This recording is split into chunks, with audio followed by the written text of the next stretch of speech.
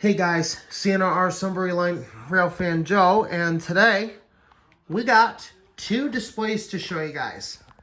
That's right. One of them is a living piece of history, and the other is in absolute mint condition. That's right. Living piece of history and absolute mint condition. So we're going to take a look at the living piece of history first and go over some of its history, because this rail has significant importance to me, due to its historical info, which I'm sure a lot of you will be amazed when you hear about the history of this thing. It's just absolutely phenomenal. So we're going to take a look and see if we can find any info on it, because I never checked it to see if there's any info on the side of the rail that could tell us something about it. Yeah, it looks like here we've got no info on both sides. There's no information. So we have no idea what type of heat treating it received. But going by how much pitting it has, I'm going to say this is open hearth. And I believe the year of casting for this, or rolling for this thing, was likely 1926. Because on the other remnants of the Laurel line that I've seen, there was this size rail, 90 ASCE, and it was rolling 1924, 1926. So I believe this one was 1926. Sadly, this is one of the only remnants that I could find that sadly has been ripped up and it was thrown. And you can see where it's received a little bit of damage from being thrown. And it was just sitting and rusting and rotting away, soon to never be found again. So I saved it. It's been beautifully restored, and now it's a living piece of history once again. That's right. This beauty here, we're going to go ahead and go over its historical information, since it came from a railroad I actually know quite a bit about. This beauty right here, the living piece of history, came from the Lackawanna and Wyoming Valley Railroad. Sadly, there's not much remnants left of the old Laurel line.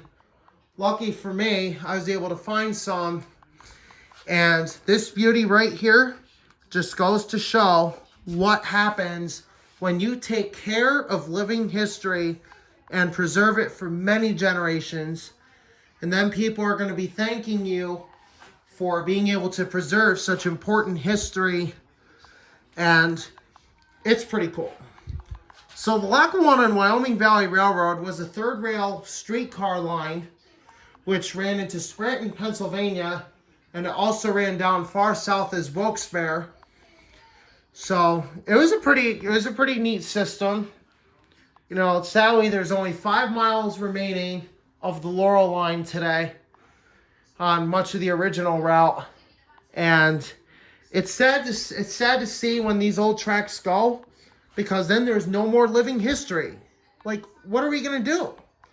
We can't rebuild it. Once it's gone, it's gone. So the Lackawanna and Wyoming Valley Railroad was a very popular interurban line, but then once trolleys and buses started taking over, then things kind of went downhill. And the Lackawanna and Wyoming Valley Railroad also ran to the famous Rocky Glen Amusement Park. That's right, Rocky Glen Amusement Park. How cool is that? And as far as I know, this rail does have a defect on it. You can see how it's laterally worn. It's kind of side cut, which really increases the risk of a derailment happening, especially if the other rail should turn.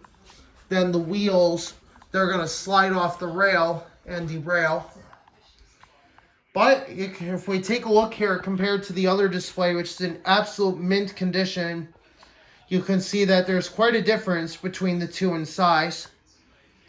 So that just goes to show how much things have evolved over the years, going from the 1900s, the era of this one, and then to the 2010s, which this one came from. So yeah, definitely very beautiful. So before we go ahead and show you the other one, we're going to go ahead and move the historical display We're going to move it somewhere else for the time being.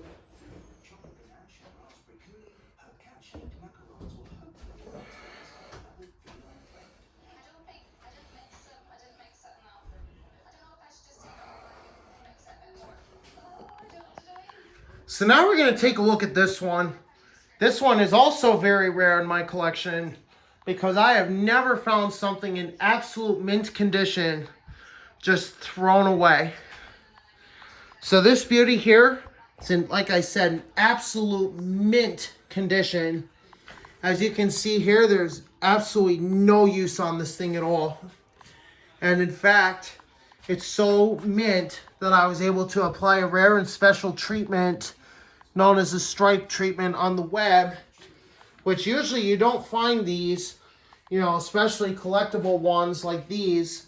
You know, you don't find them in mint condition. They're usually old or salvaged. But this is a brand new collectible. It was thrown, it was saved, and now it has been beautifully restored and put on static display. And the reason why we're saying mint is, oh look, no signs of wheels going over it. And I'll show you a little close up here. Hoping you guys can see that okay on the video. Absolutely no use on this thing at all. I have never ever had a collectible that's never been used before. You can see the side of the web there. It's just absolutely beautiful. And I'm sure as you guys saw before, this is way bigger than the other one. This is 141 pounds area rail. This is absolutely monstrous compared to the 90 pounds ASCE. This thing is 7 3/4 inches tall. Or actually just about, this thing is 7.5 inches tall. Excuse the mistake. In case you've never seen anything 7.5 inches tall, now you have. It's absolutely monstrous. And it's even very heavy too, for being only 25 inches. And you can see here, this was cut with an oxyacetylene torch. It's not common to see them cut like that, but sometimes it happens. You know, they don't get cut with the bandsaw or grinder. They get cut with the torch. But look at the size of that head. And even here's my hand for a comparison. And I've got pretty large hands, and that's a pretty big head. So that goes to show what these things really are. And these things are indestructible. Even if you try to damage it, chances are you're not going to damage hardened steel like this. This is extremely durable.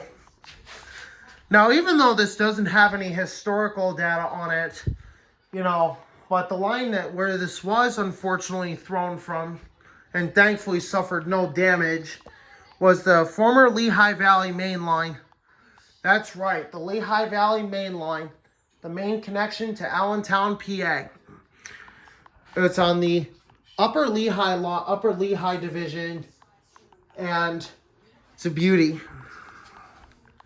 Whoever thought you would get to save something like this that's so rare and mint, nobody would even know what this was. Look at that. We're going to show you this one more time. Let you guys take a look at that mint beauty. Look at that. Yep, absolutely beautiful. A lot of people say these make really good anvils because they're made of hardened steel.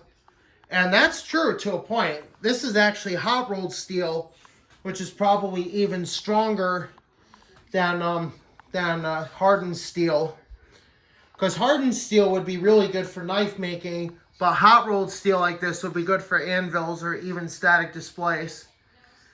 Like I've always said, it's rare when you find collectibles like these that are in absolute mint condition. And this is what makes them so special. Hope you guys enjoyed this little ramble here. showing two of my most prized collectibles, one being a living piece of history and the other being in absolute mint condition. Thank you guys for watching. If you guys want to see any more displays like these, please be sure to ask me in the comments.